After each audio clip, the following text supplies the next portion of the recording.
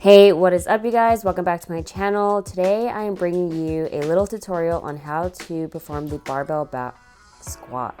Oftentimes people don't know how to perform this compound exercise correctly, and I see a lot of times you can get an injury. So if you're not squatting, you're missing out on a lot of booty gains. So let's get started. To begin, approach the bar and grab with shoulder width grip or slightly wider. It just depends on you, as everyone has a different anatomy, so just grab a comfortable grip. You don't want your wrist to be hurting when you are grabbing the bar, and then get under the bar while keeping your back as tight as possible. That's your support for keeping all that weight on you, so make sure to squeeze your upper back throughout the entire movement. You'll also see I will put both feet under the bar and just stand up.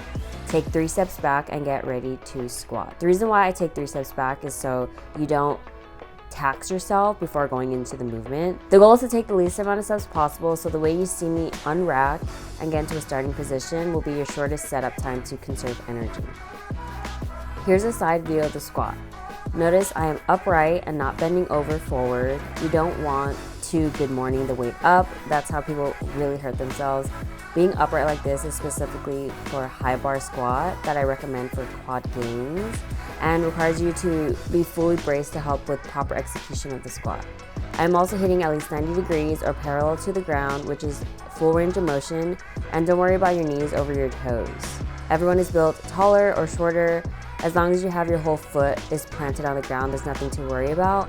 Once your heels lift off the ground, then you're not doing it right. Make sure to grip that ground with your entire foot. When it comes to hand placement, just gauge it with the rings on the bar and where it feels best on your back. Sometimes the bar won't have rings, so just kind of gauge with shoulder width apart and grab there.